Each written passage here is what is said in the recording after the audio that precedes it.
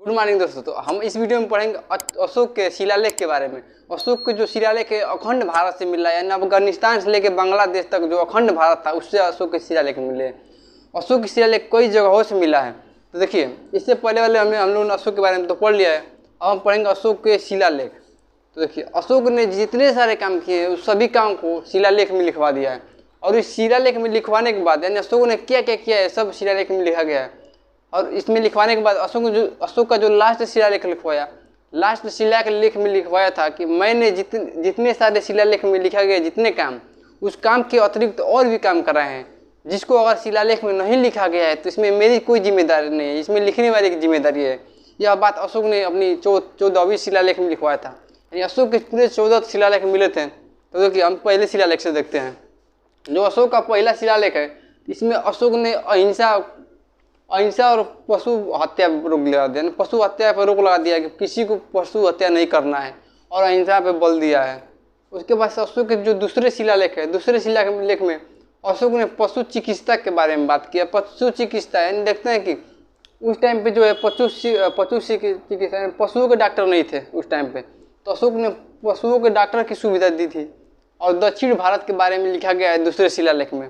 दक्षिण भारत में चेर, पांड और केरल पुत्र के बारे में वर्णन है, लेकिन इस चोल वंश के बारे में नहीं लिखा गया है। इसमें अशोक ने पशु चिकित्सा की व्यवस्था की, पशु के डॉक्टर की व्यवस्था की। क्योंकि देखिए, इस टाइम पे क्या होता है कि लोग शहरों में, गांव में तो ठीक है पशुओं को, लेकिन शहरों में जो है, शहरों में गाय घूमती रहती है रोड पे और वहाँ पे उनको भूख लगती है। जब भूख लगेगी गाय को तो उसमें लोगों का घर के जो बचा हुआ खाना होता है तो लोग क्या करते हैं, उसको झिल्ली में, पन्नी में बांध के फेंक देते हैं। तो जो गाय को अगर भूख लगेगा तो पन्नी खोल नहीं पाएगी, पन्नी सहित ही, झिल्ली सहित ही खा लेती है खाना। जब वो खाना खा लेगी तो झिल्ली जो है पच नहीं पाएगा, जो प्लास्टिक होता है पच नहीं पाता है और गाय का तबीयत खराब हो जाता है, गाय बीमार पड़ जाती है और जिसके वजह से गाय की मौत भी हो जाती है।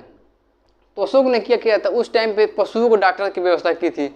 और इसमें दूसरा शिलालेख में दक्षिण भारत के बारे में वर्णन किया गया, चेर वंश, पांड वंश और केरल पुत्र के बारे में वर्णन किया गया, लेकिन इसमें चोल वंश के बारे में कोई जानकारी नहीं मिला है। देखिए, उसके बाद अशोक के तीसरे जो शिलालेख है, अशोक ने तीसरे शिलालेख में कहा है कि मेरे 3 बहुत बड़े अधिकारी थे। यानी अशोक के 3 जो अधिकारी थे, सबसे मुख्य अधिकारी 3 थे और इसमें से भी जो सबसे मुख्य था राजुक था। राजुक जो है डीएम का कार्य करता था। राजुक यानी अशोक के जितने सारे कानून उनकी देखभाल करता था राजुक करता था। अशोक मतलब जितने सारे काम सब, इसका मेन जो था राजुक था, डीएम का काम करता था। उसके बाद अशोक के चौथे अभिलेख में जो है भैरी घोष और धम्म घोष की बात करी गई। भैरी घोष यानी कि युद्ध की त्याग करके, और धम्म घोष मतलब कि धर्म नीति अपनाना, यानी युद्ध नीति का त्याग करके धर्म नीति अपनाना, ये अशोक के चौथे शिलालेख में लिखा गया है। अशोक के जो 5वां शिलालेख है, 5वां शिलालेख में धम्म महामात्र अधिकारी की चर्चा की गई है। धम्म महामात्र अधिकारी। और जो अशोक के 6वें शिलालेख में अधिकारी जन कल्याण के लिए, हित के लिए, इसमें कहा गया है 6वें शिलालेख में कि अधिकारी अगर जन कल्याण के बारे में बात हो, अगर किसी जनता के हित भलाई के बारे में बात हो तो अधिकारी आके मुझसे डायरेक्ट मिल सकते हैं। यानी उसके लिए किसी भी, जैसे अधिकारी से मिलने के लिए, यानी राज्य से मिलने के लिए पहले से सेनापति को खबर भिजवाया जाता था, लेकिन इसके लिए अशोक ने कहा है, इसमें कहा था 6वें शिलालेख में कि अधिकारी अगर जन कल्याण की बात हो तो हमसे डायरेक्ट आके मिल सकते हैं। उसके बाद देखिए 7वें शिलालेख में अशोक ने विभिन्न धर्मों के समन्वय में, मतलब आपसी मिलन की बात की थी, विभिन्न धर्मों को आपसी मतलब समन्वय की बात की थी। और जो 7वां शिलालेख है, अशोक के सबसे बड़ा शिलालेख जो है 7वां शिलालेख है, और इसमें तीर्थ यात्रा की बात किया गया है कि तीर्थ यात्रा कैसे कैसे मतलब होता है। 7वां शिलालेख में तीर्थ यात्रा की बात कहा गया है।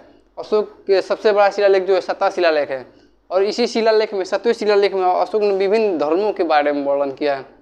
उसके बाद देखिए 8वां शिलालेख, जो 8वां शिलालेख है, 8वां शिलालेख में लिखा गया, अशोक ने धम्म यात्रा के बारे में चर्चा किया है। और ये जो धम्म यात्रा अशोक ने प्रारंभ किया था, इस धम्म यात्रा में जिसे प्रारंभ किया था तो वो राज्याभिषेक के 8वें वर्ष के बाद धम्म यात्रा प्रारंभ किया। और इसमें अशोक जो है कुशीनगर गए। अशोक देखिए 10वें वर्ष धम्म यात्रा प्रारंभ करने के 10वें वर्ष गया पहुँचे और 20वें वर्ष लुम्बिनी पहुँचे, कुशीनगर पहुँचे, श्रावस्ती गए। यानी अशोक कई जगह गए धम्म यात्रा करते करते। और जो अशोक के 9वां शिलालेख है, 9वां शिलालेख में अशोक ने छोटे बड़े यानी छोटे मोटे जो त्यौहार थे उसमें बैन लगा दिया, छोटे मोटे त्योहारों पर रोक लगा दिया था।